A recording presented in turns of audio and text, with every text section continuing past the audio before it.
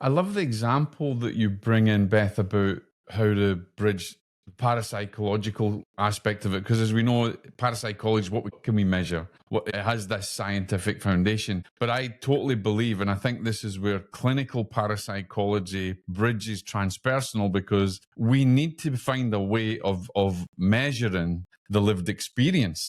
Welcome to the Deadly Departed podcast, where the veil between the living and the dead is just a whisper away.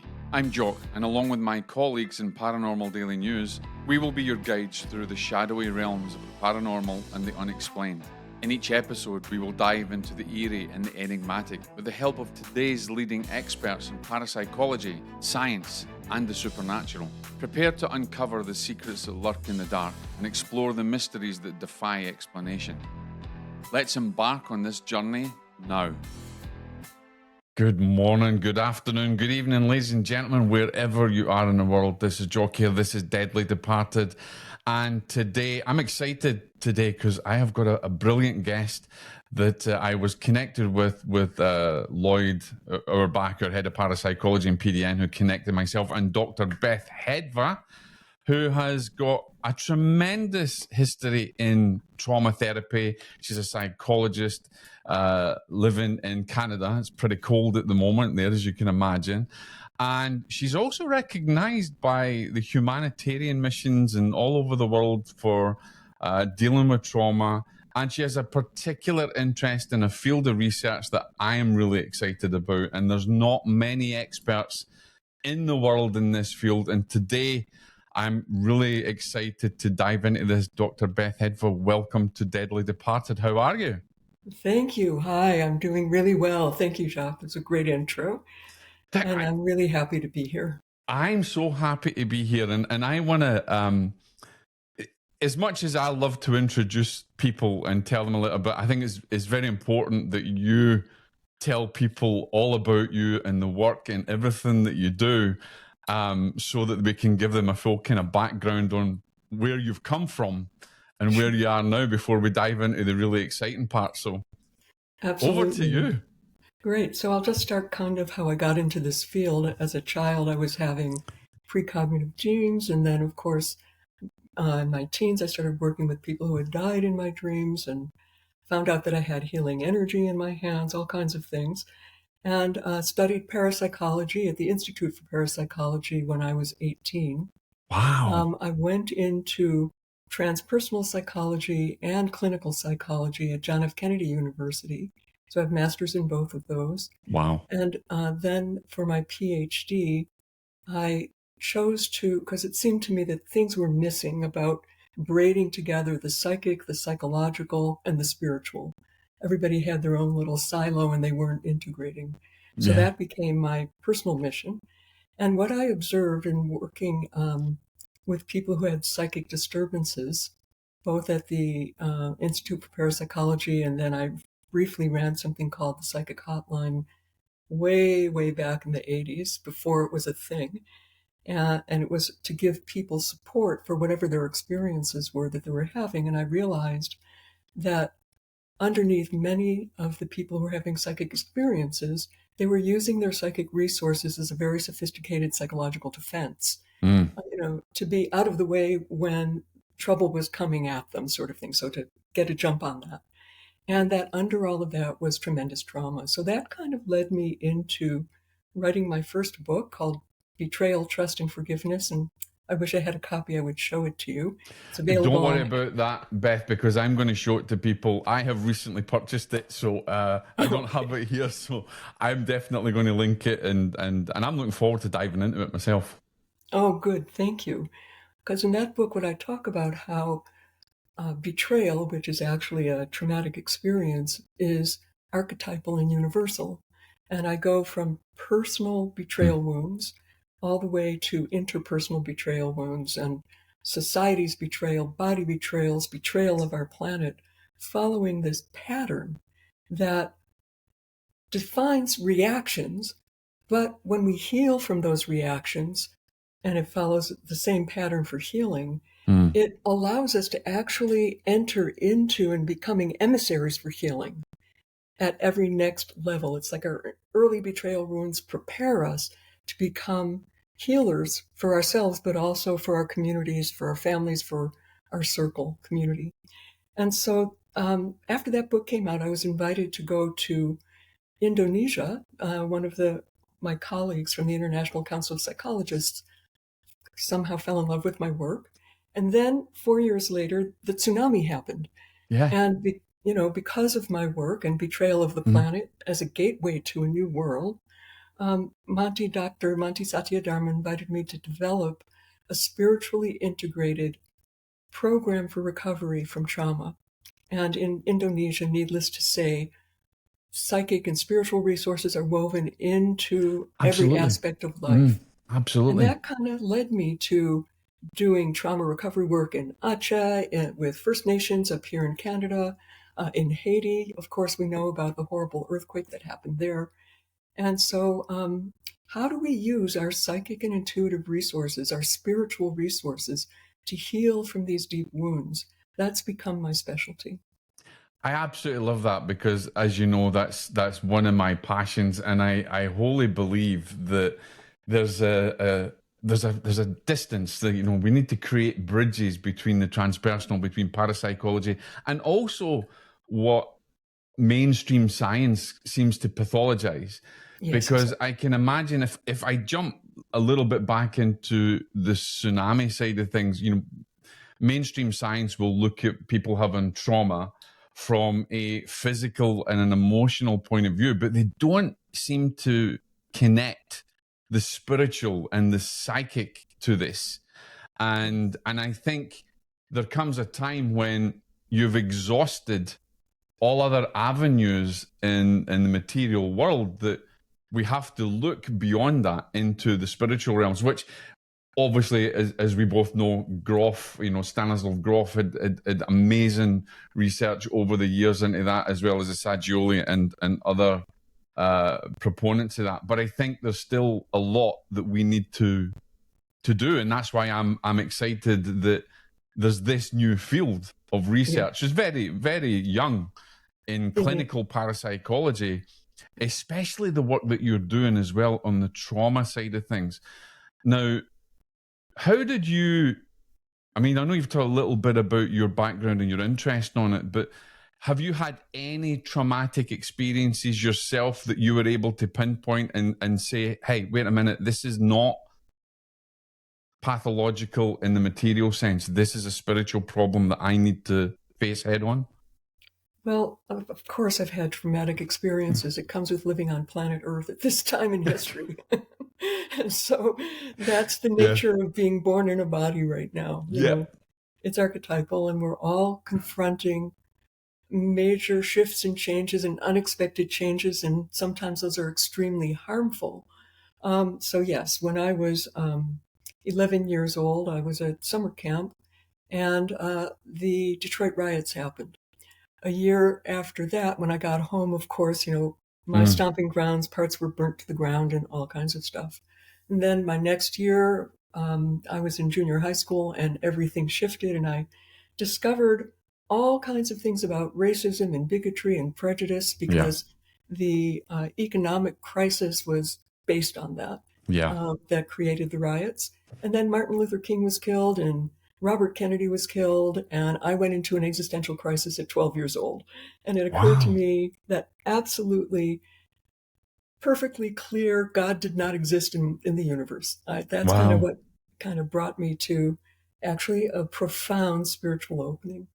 Now, I won't go into the details of that, but that was like my first Mm. conscious awareness.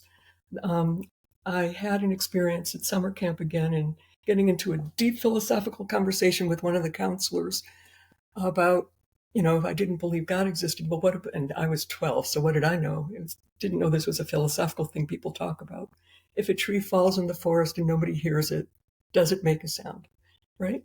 So Yeah. I thought about that for a long time. And I eventually came to the conclusion that not only did it not make a sound, it didn't really exist unless we could perceive it, but people on the other side of the world, people in front of me, even I did not exist. And I decided I was going to test my theory at summer camp. So I At such a began, young age as well. It's crazy. well, we come in with certain capacities, right? Yeah.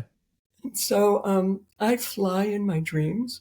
And so I decided I was going to see if I was actually what happened was I decided if I did not exist as I thought I did, then I was free and I could be and do anything. And so I decided I would try to fly like I do in my dreams. And in my dreams, I take a running leap and then I start to glide. Wow. And so I, during scheduled free time, began doing that. And another camp counselor, not levitating, mind you, I didn't levitate. No. That would be one anomalous phenomena to witness for the camp counselors. Yeah. Exactly. But as it was, one of my counselors got very, very upset with me about what was I doing, and I was acting like this other counselor, and I Wow. couldn't explain to him how this had nothing to do with the other counselor. I was testing my theory. He would have nothing to do with it.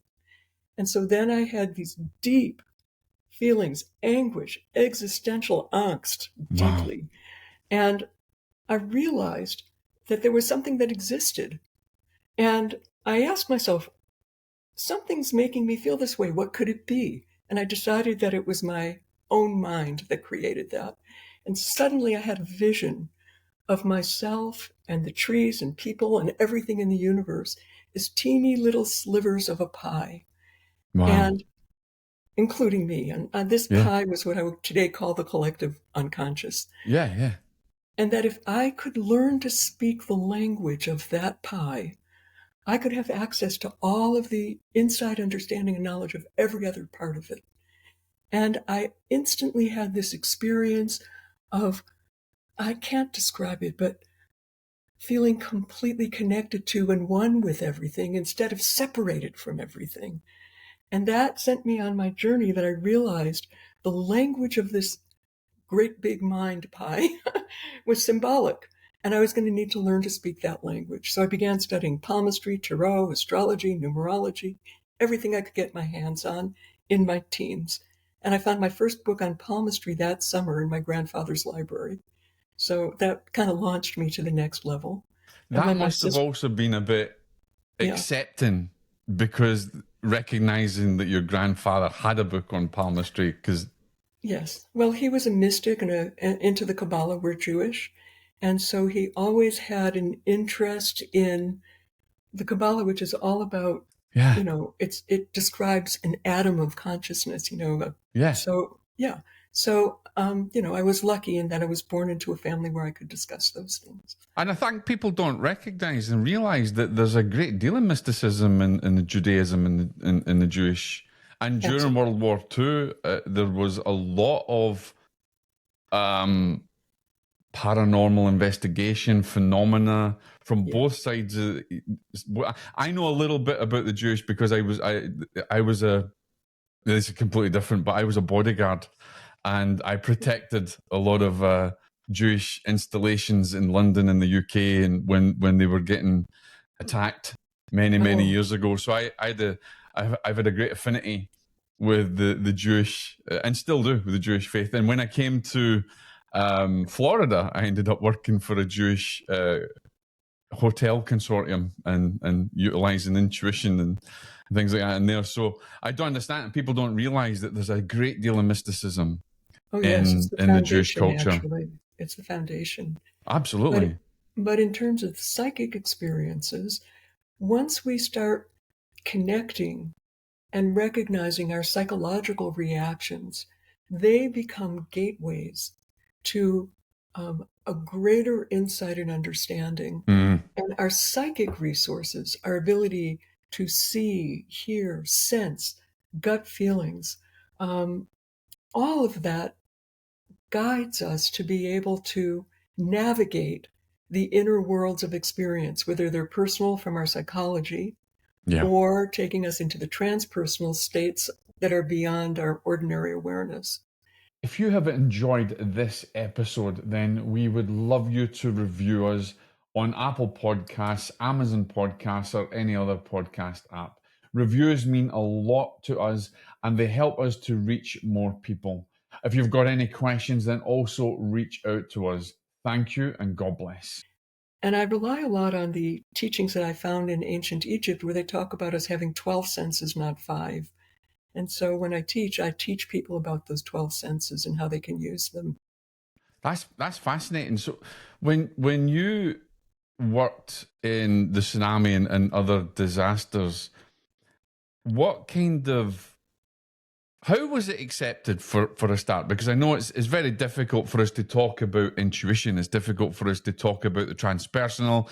There's still those bridges that are missing. But I can imagine that, say, for instance, in the tsunami, when you got there, how did you bridge that gap between, look, this trauma goes way beyond. They may be having anomalous experiences. They may be, because it's interwoven there. How did you get that accepted that maybe there's even a potential of spiritual intrusions, psychological imbalance from maybe spiritual intrusions from the trauma? And also, did the trauma act as the gateway? Right. So, when we're dealing with trauma recovery, it has different stages. And so, the first stage is triage. And if you're in the midst of a crisis where something just happened, the main thing we as healers and helpers can do is to be present and to transmit healing energy and to breathe and to then give survivors who are really struggling very concrete tools. This is where you get your tents or shelter. This is where you get your food. Here's some water. We're not dealing with those deeper questions at that time. The next stage is the crisis phase. And during the crisis phase of recovery, that's when I was in Indonesia and in Haiti, and most often we can begin doing the psychological and psychospiritual work during that time. Now in Indonesia and in Banda Aceh, where they lost 170,000 people in one day with that wave, on top of 30 years of civil war, where they were already missing 30,000 civilians over the course of 30 years. And so it was a unique situation because it was a double trauma, social trauma and natural disaster trauma. Yeah. And so in Banda Aceh, it's 90%, actually more, probably Indonesia is 90% Muslim. Banda Aceh is even more. And the capacity to integrate spirituality into the trainings was very easy. First of all, they pray 5 times a day. So we're taking breaks for prayer. Right. So that's a start. And then I had people in the trainings learn how to do energy work. So to be able to calm and soothe themselves. Right. Using the breath, but also to be able to actually experience healing energy and to be able to give that to themselves and then to offer that to others. Also, we had people break down into small groups and identify their reactions. And when you can name your reaction and you can name your feelings, you can begin to heal it. That's part of the crisis work. And so we developed programs, each person in the training, and the training was training trainers who are going to be helping others. Yeah. To identify their reactions, and then to make a list of ways that they could heal those reactions. So it might be breath work, it might be energy work, it might be using a prayer ritual from the Al-Quran, which is common in their culture. It might be, again, the thing about spirituality. Now, interestingly enough, in that program, I was doing a demonstration of hands-on healing plus guided healing work. And in the midst of that, the microphones that we had and the amplifier that we had somehow switched stations. And instead of hearing our voices, a song, an Achinese song started playing, and everybody's scrambling, trying to figure out what's going on. And it occurs to me, because I know this kind of thing, I asked, what's the song? What's playing? And the song and I was working with a fellow who lost his mother in the tsunami. And so the song that was playing was a song about mother's love. Wow. Okay? Yeah. Now, what a synchronicity. Well, exactly. Now, and what does it mean and how do we interpret it? This is where parapsychology comes in. Parapsychology is a science, not just about the phenomena and having the experience. It's about how do we investigate it. And so then we need to be objective. And so it could have been that his mother spirit was coming in to give him support. It could have been that it was the group energy that loves that song and, flipped the station. It could have been my own psychokinetic energy doing Yes. that. It has nothing to do with a ghost or a spirit. And so it's not up to me to interpret that as much as it's for the person having the experience to make sense out of that. And sometimes we can help a person by the questions we ask begin to determine what it is. So that's, again, a really good example of the integration of parapsychology. And also when I was in, they have spirits, big spirits, nature spirits in Indonesia. It's not uncommon that somebody will be dealing with possession. So, that's a whole other conversation that was separate from, the trauma and crisis. Yeah. But anyway, I want to speak about the last stage of crisis recovery, the next two stages. So we deal with the crisis work, we draw in our resources, but then there's a phase that now we need to discover not just the meaning, but how do we activate that and live a new life? Yeah. Because our old life has been completely destroyed. And so that's the next phase, is we need to go through the grieving, receiving guidance and support from inner sources and outer sources. And then we develop a new sense of life purpose, which includes bringing healing not just to ourselves, but our community. So those are the stages of healing using psychic resources. I love the example that you bring in, Beth, about how to bridge the parapsychological aspect of it, because as we know, parapsychology, what can we measure? It has this scientific foundation. But I totally believe, and I think this is where clinical parapsychology bridges transpersonal, because we need to find a way of measuring the lived experience. Exactly. And I think your work is so fundamental in that nature to be able to bridge both of these disciplines. Right. And actually, you're reminding me there was one other option that I forgot to mention. It could have been a short in the wire. It could have been absolutely nothing paranormal. Absolutely. And so, we need to investigate the physical, the energetic, the emotional and psychological, and then the, otherworldly, as you put it. It's interesting as well, because you mentioned something which, I'm passionate about, and I know there's a lot of people still go against it, this whole idea of possession, obsession. I've kind of termed my own face DSI, direct spiritual intrusion, in my own research. But when I got to know Dr. Richard Gallagher, who, as you know, he's written a number of books and papers on demonic possession, is him for being not even a psychologist, but a psychiatrist, and saying just exactly what you're saying. Hey, look, we've investigated all material aspects. We've measured everything that we know in science, and there is no explanation that we can come up with that we can actually label this as something pathological. I think it was brilliant to have the DSM start to take in spiritual crisis as part of its new make, and I hope that we expand on it, because I don't think it's anywhere near. It needs more. But for me and him to have that discussion, and him to say, he then had to change his viewpoint and the paradigm of everything that you believe in. It goes to show that there's an opening there. There's a potential there for us in clinical parapsychology to bridge almost two divides that exist. Yes. And I think it's also important to recognize, because right now I'm working with a research team, and I know that you've probably had Lloyd Auerbach as a guest as well. Oh, absolutely. Yeah, he's phenomenal. And he's amazing. I love working with Lloyd. So, excuse me for a second.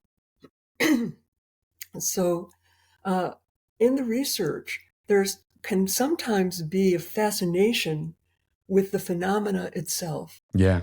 But we need to remember that when researchers are working with human subjects, we need to have that sensitivity to human reality, to the relationship.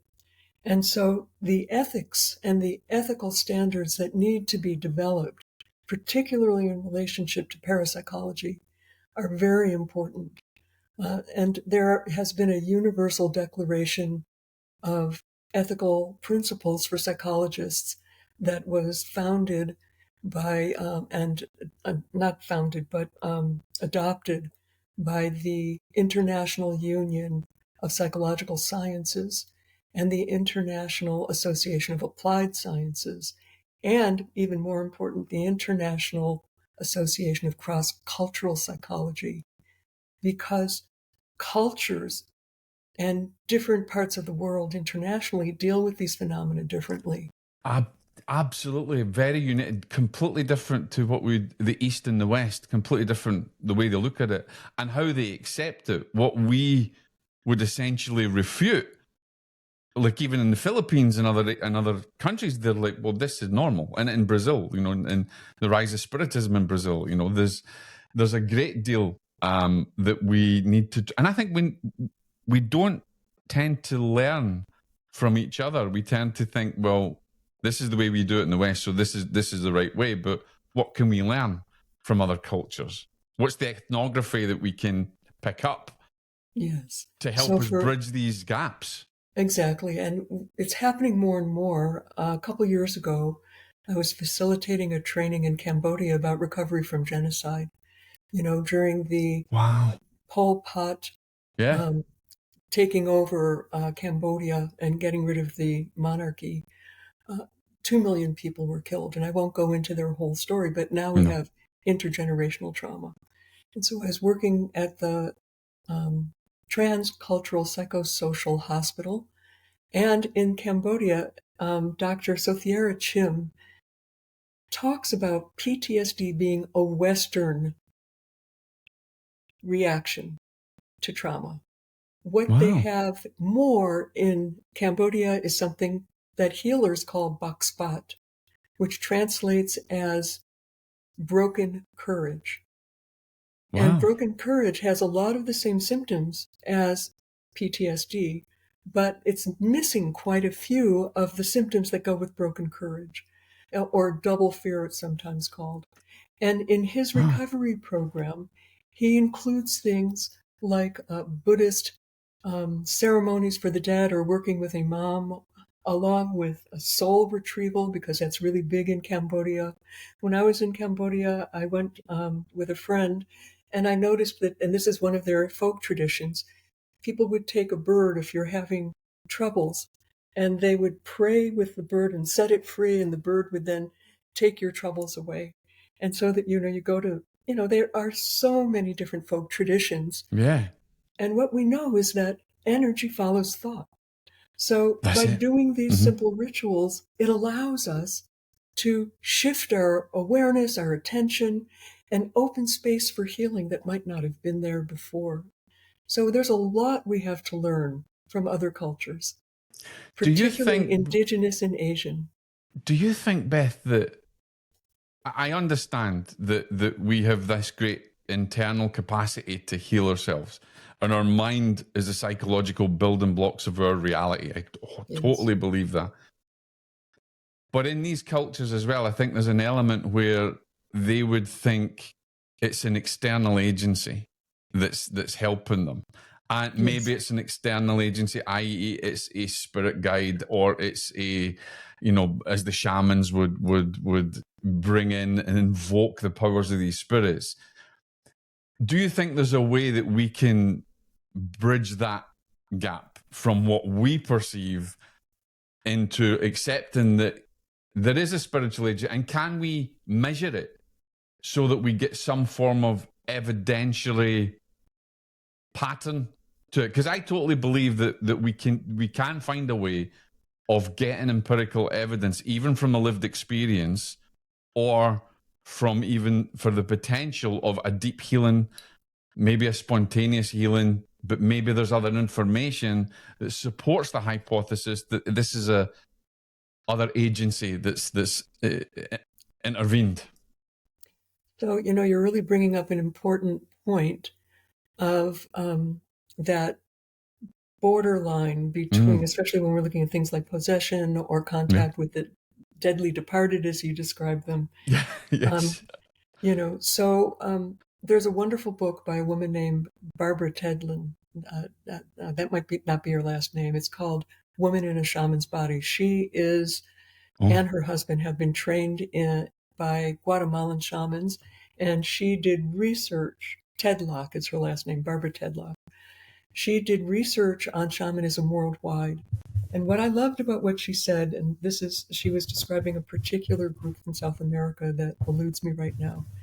There are two paths in shamanism. One is the male path and one is the female path. right. And the male path, you don't have to be a man. It just depends who you're trained by.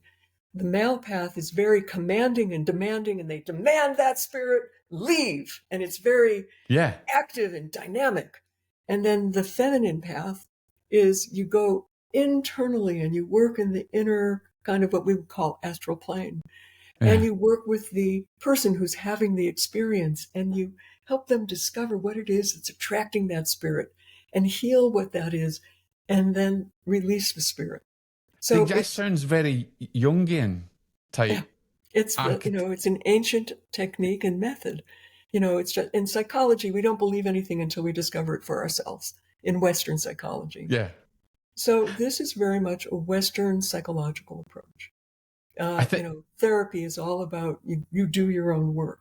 But in conventional psychotherapy, we don't necessarily hold the possibility that there are so many spirits and supports, as well as, challenging spirits. I always say when it comes down to it is like, just because you're sitting next to somebody on the bus doesn't mean you have to have a conversation with that person, take them home. No, that's true. It's actually true. From the work and the years of experience I've had in this field, I, as you know, are totally of the opinion and my hypothesis has always been that there is definitely spiritual intrusion that happens there. And there's so much evidence that points toward it in various cultures.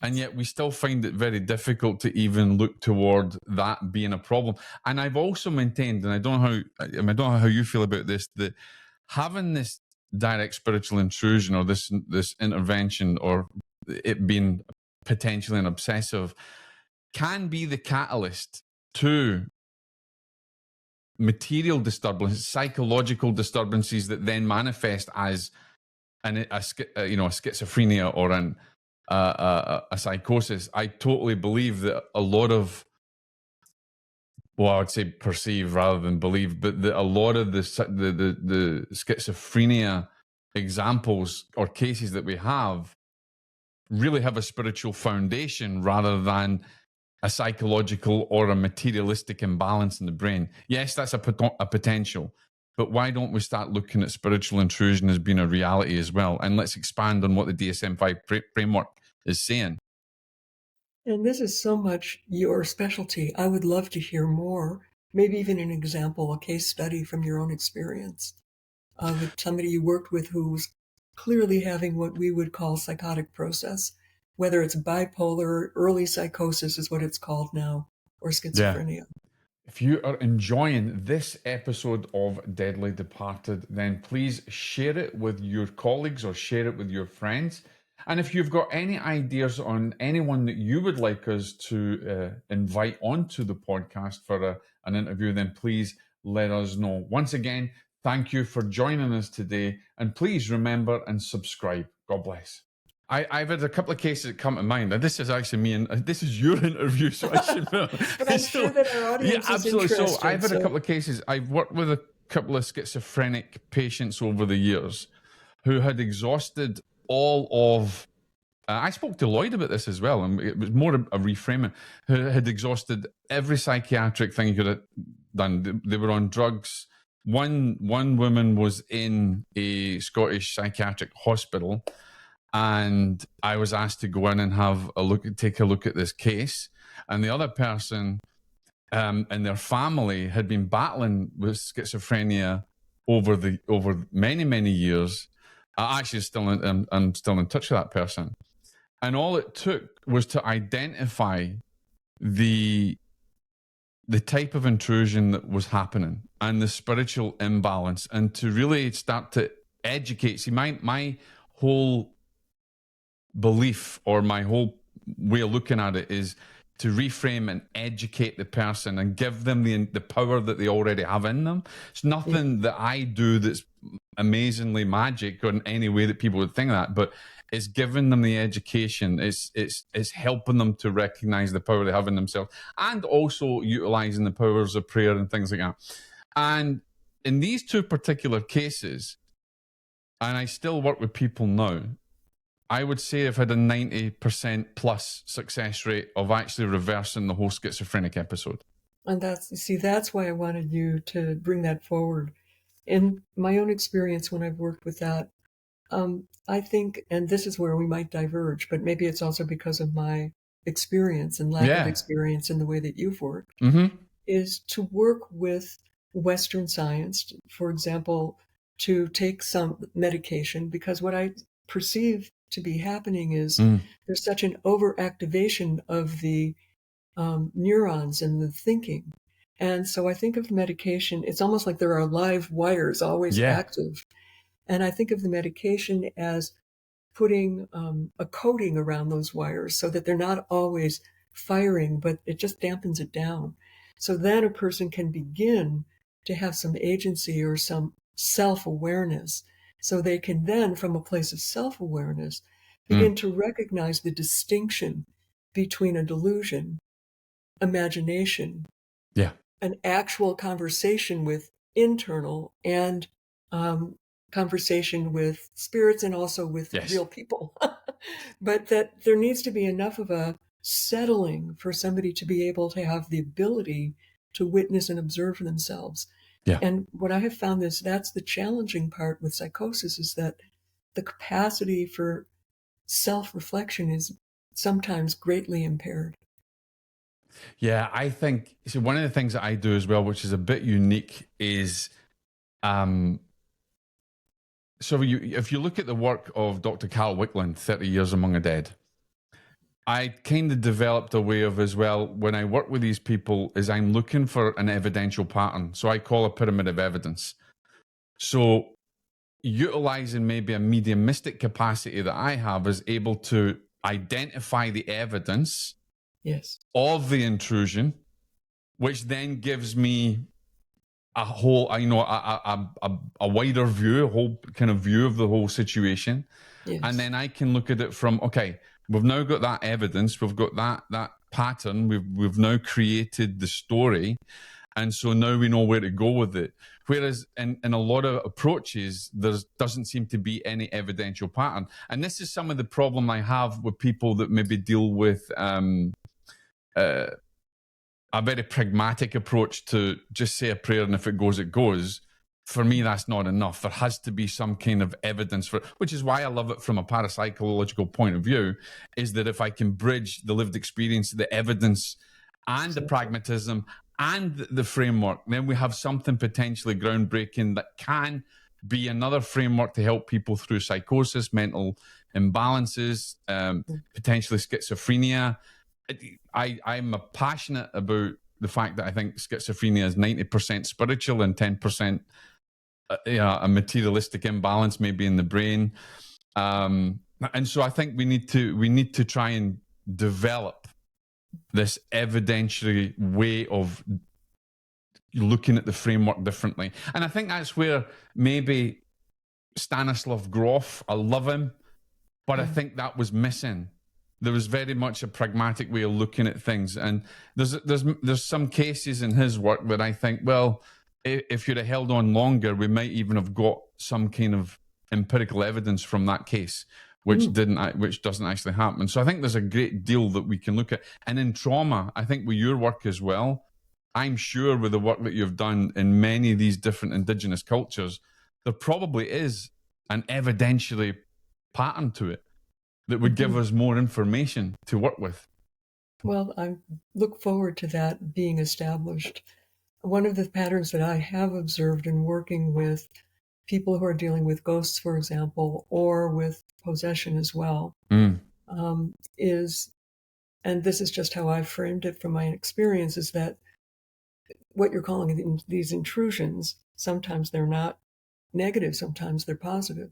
Absolutely. And, and so I see it as these ghosts or spirits come for one of three reasons: either to give us help, or to get help from us, Yes. or for something that we are needing to learn about ourselves.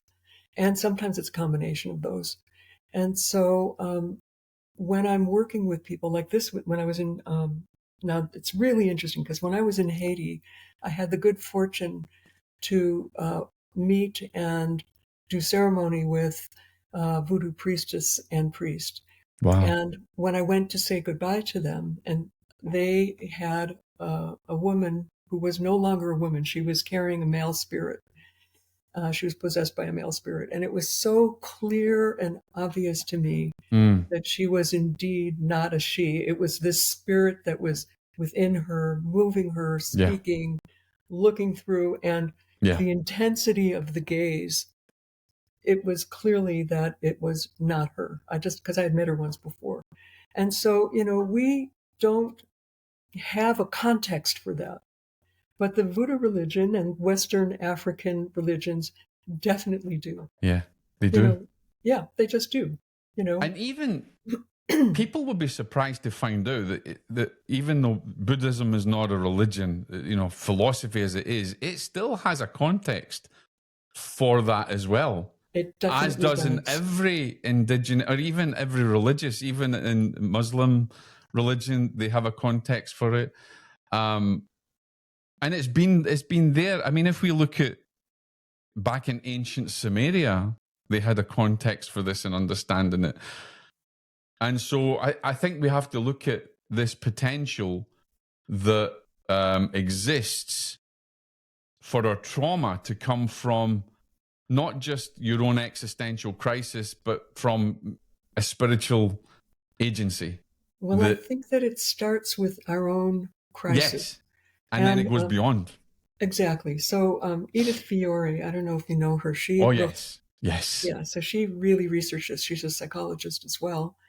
And she talks about how when we are lonely, Yeah. when we are in grief, we become vulnerable to attracting spirits.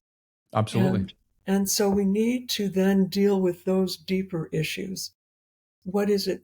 Loneliness is an existential concern. When we're Yeah. feeling helpless, lonely, full of doubt and grief, Yes. those are the vulnerabilities. And it's interesting, there's a fellow, Crombie, he was Jean-Luc Crombie, maybe is his name. He was the head of research on healing from Notre Dame Hospital in Quebec. And he discovered that there's a difference between healing and curing. And healing is about encompassing and making somebody whole, whereas curing is you cut out what it is that is the problem. Now, when we're Wow. dealing Okay. with, very interesting. It is interesting. Yeah. Yeah, and that there are healers in ancient and indigenous cultures, and there are curers also. Yeah. And what he said is that in his research, there are barriers to healing that are what I call an existential crisis. Yeah. When you're feeling lonely, when you're feeling doubt or worry, when you're feeling hopeless or helpless, that will be a barrier to integrating what you're going through, feeling whole and healed. Healing isn't like if you're a cancer patient or terminally ill. It might not be about curing the cancer, but it might be about becoming whole with your life and ready to transition. I think there's a lot of power in healing. I think people don't understand it. Even to my point, I don't I've seen my wife. My wife is a phenomenal healer. She's written a lot of books on it. I've seen people come to her that had a spiritual issue, and she's worked with them, and their physical world has changed. Their physiology has changed. There was one person, was a soldier. I'm an ex-veteran, so I'm connected. There's a soldier that came to my wife, who's the doctors couldn't understand anything. His veins were bursting and bleeding, and he was bedridden, and it just wouldn't heal. And you get a soldier who's not really, I mean, when I was a soldier, I had a spiritual foundation, but it's not something you would come out and talk about because is very much frowned upon. Whether if you went to see the chaplain, there was hardly anybody ever went there. So I would go to see a chaplain. Have a chaplain's group meeting, and there'd be like 4 of us there. Not a lot of people. But she started working with a gentleman, and it reversed, and his legs they healed. Yeah. And it was a spiritual problem, not a physiological and biological problem. And I've seen, and there's many cases where in different cultures they've worked with. Dr. Wayne Dyer used to say the spiritual solution to every problem. So true. There's a spiritual solution, I also believe, to a physiological problem. And even look at some of the people that had, I can't remember her name now, but she had the near-death experience, and she was, what's her name? She was stage 4 cancer. She was only given days to live, and yet she had this near-death experience. She learned that what was causing it was a psychological imbalance, was a spiritual imbalance. And when she rectified that, she healed. Yeah, yeah.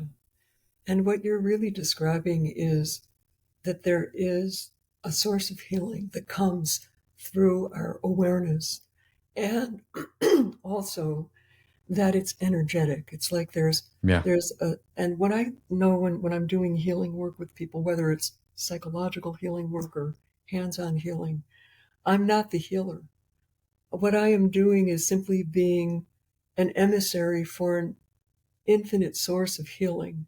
And it resonates with that source within the person that activates whatever it is that they need, whether it's awareness, whether it's physiological, whether it's, a new strength or capacity that they discover, or a problem from the past that they can resolve. It's not up to me. There's an intelligence within us that guides our healing. I love, there was an old saying when I was developing, we're always developing. I've been a medium for a very, very long time. But when I was still developing, but going through the training in the church and going into the church, they're the saying, from spirit, through spirit, to recognize that this divine essence, the animating force of all that exists is a spiritual force. Absolutely. And this is why I believe our mind is a psychological building blocks of our reality, which is a spiritual force. And when you harness that power, then things happen existentially to you. Things change. Your world changes, and your worldview changes. I think I'm doing some research at the moment for my dissertation on grief and the power of transformation, but also utilizing ritual and even psychedelic is a way of creating an after-death communication to facilitate a potential. I'm being challenged at the moment because I don't believe you can heal grief, right? And that might sound shocking. I've always said there's no way that you can heal grief. Grief is something that we have to integrate, and it has to become part of us. Right, but that's what healing is about. So that's exactly the difference between curing and healing. I find it fascinating. Yeah, and so we don't cure grief. We don't cut grief out and forgive and forget it. Right? It's about, it becomes a part of us that informs us and gives us wisdom and insight and knowledge about the human condition.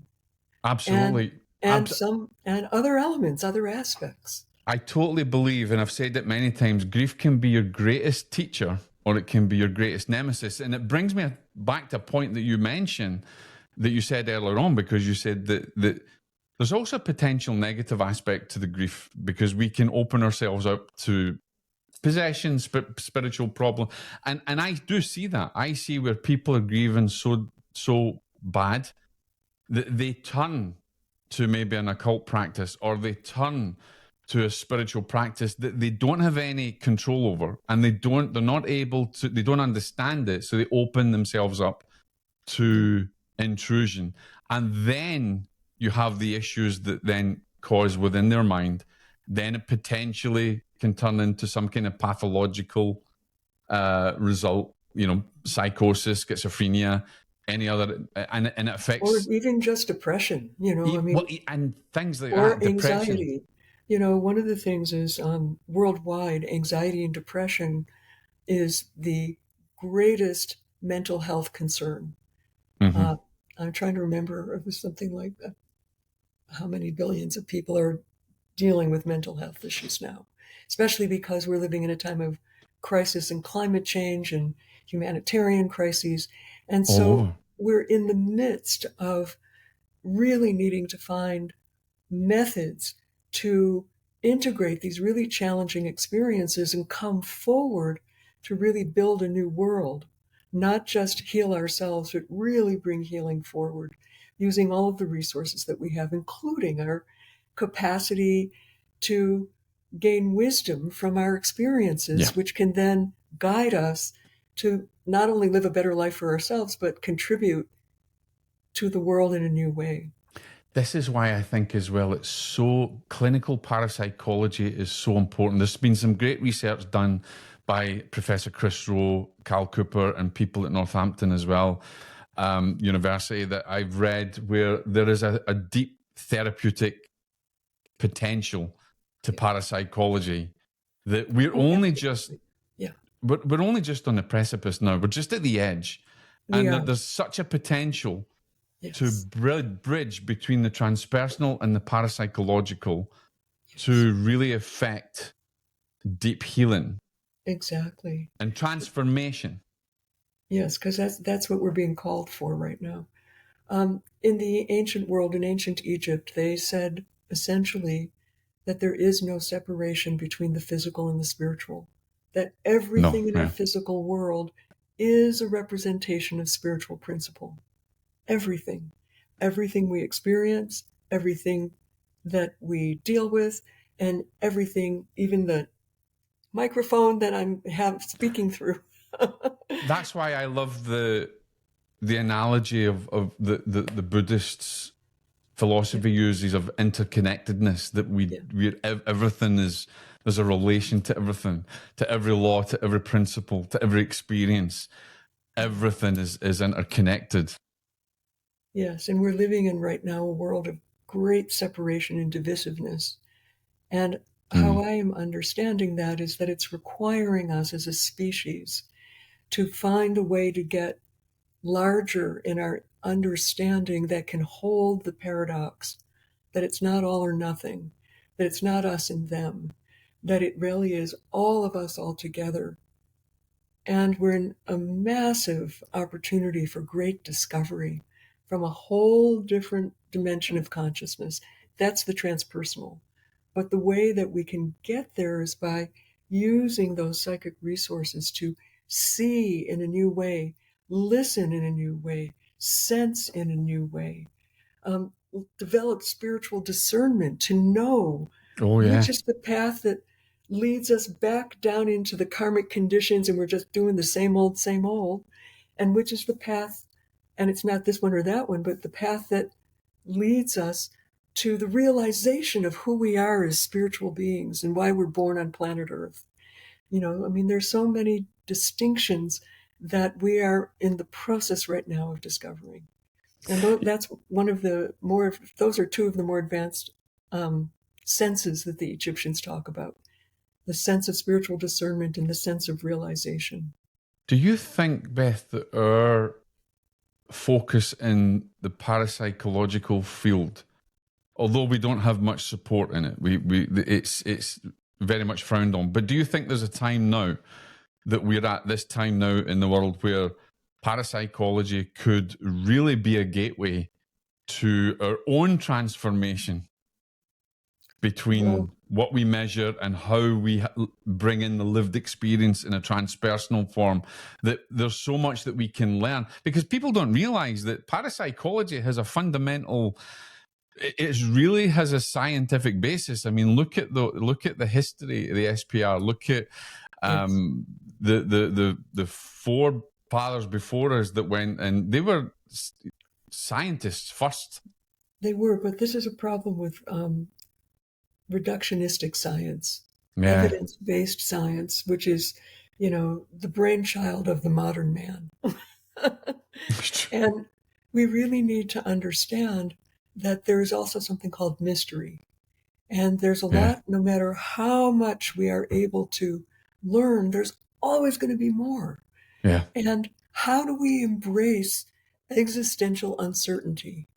If we can embrace it as a mystery and be enthralled by the possibility of entering into something we know nothing about, not with trepidation and fear, but with curiosity, well, now, then we might be able to actually discover something. But right now, unfortunately, within the field of parapsychology, because it's defined as a Western science, Mm. it's in a battle right now with, quote, conventional contemporary It scientific is. method. And scientific method, as it's been defined, may or may not be the most appropriate method to unravel that mystery. Absolutely. Beth, what is your what are you going to be working on now for the next, the next stage of your research, or what are you doing at the moment to continue your research and your work? Well, frankly, I'm doing too many things. So, Yeah, aren't we but all? Yes. yeah, but I'll start with just on the parapsychological, that avenue. I'm on a team right now with some wonderful colleagues.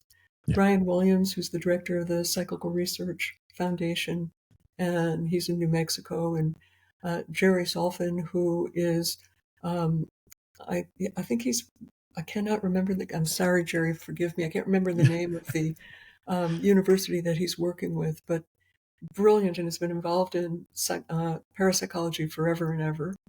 I met him back in like 1974, and he was like a lead parapsychologist at that time and is still leading the way in clinical parapsychology Lovely. and spontaneous cases. And then Lloyd Auerbach, of course, who we know, who's founded the Office of Paranormal Investigation. And so during COVID, they invited me to join their team to work with a family that was dealing with a Yep. poltergeist situation during lockdown. And Jerry has developed something he calls ECHO, which is about anomalous communal kinetic ACK. Um, I'm really bad at acronyms.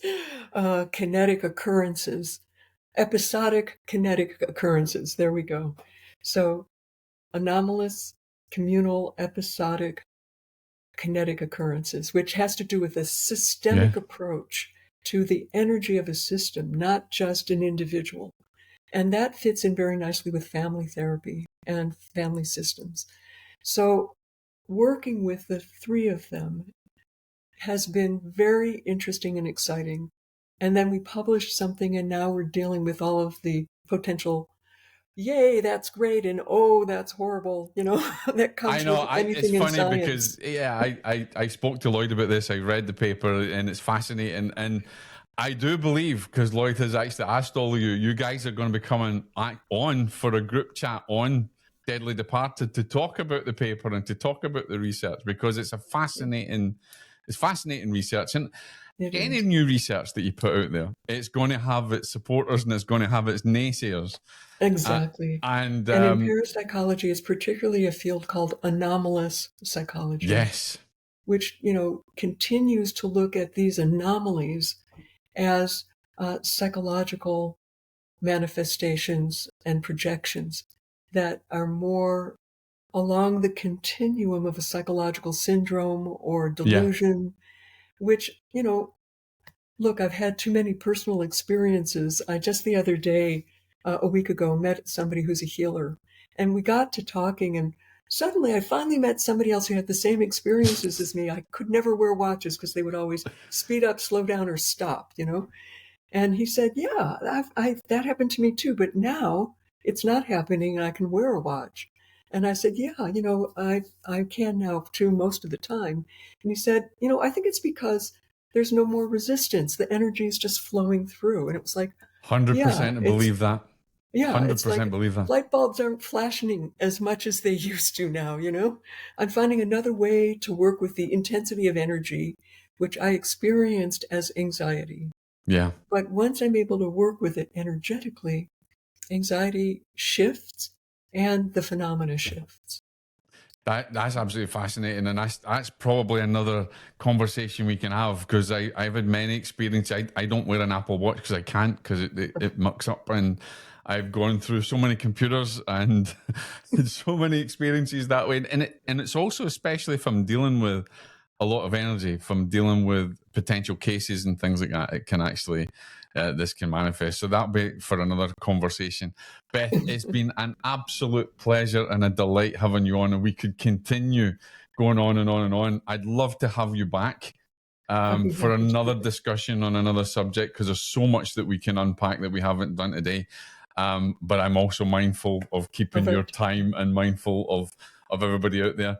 So what is a final word that you'd like to say to people out there about trauma and parapsychology? So the key is, how are we using our psychic resources? And if we've had a traumatic event, we need to recognize that we can use our inner resources, our capacity to deeply feel, to use clairvoyance to see from a new perspective. Absolutely. To open our inner ear to receive guidance on what we need for healing that can address the trauma, and to develop those more advanced psychic resources to really gain insight and discern, what are we really here for? And where does that traumatic experience fit in with the purpose of my life and all that I've been through? How do we create the story of our life that allows us to fulfill a greater purpose in being here on planet Earth? How do we learn from our stories? That's fascinating. Beth, thank you so much for being my guest today. Ladies and gentlemen, this has been a fascinating conversation. You will find in the links below to connect. You can go and read Beth's book. And also, as with our guests, we will have their book promoted on the magazine.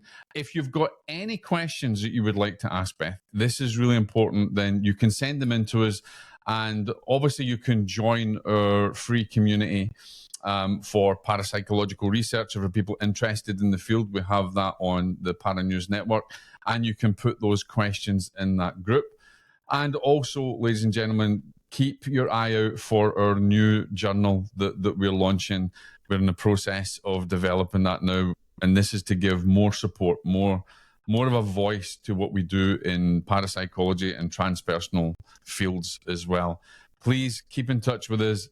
Read Beth's book. If you've got any questions, please send them in to us.